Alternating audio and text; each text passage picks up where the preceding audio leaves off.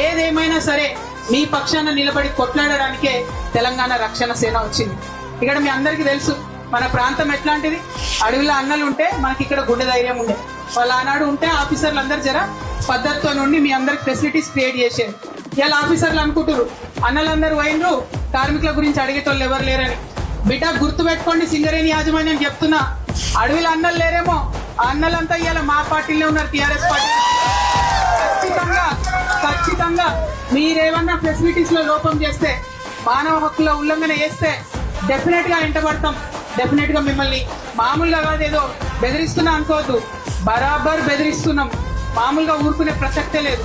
Legal గా కూడా చెప్తున్నా, అన్ఫేర్ లేబర్ ప్రాక్టీసెస్ కింద అంతకు ముందేమో 500,000 రూపాయలు జరిమానా ఉంటుండే.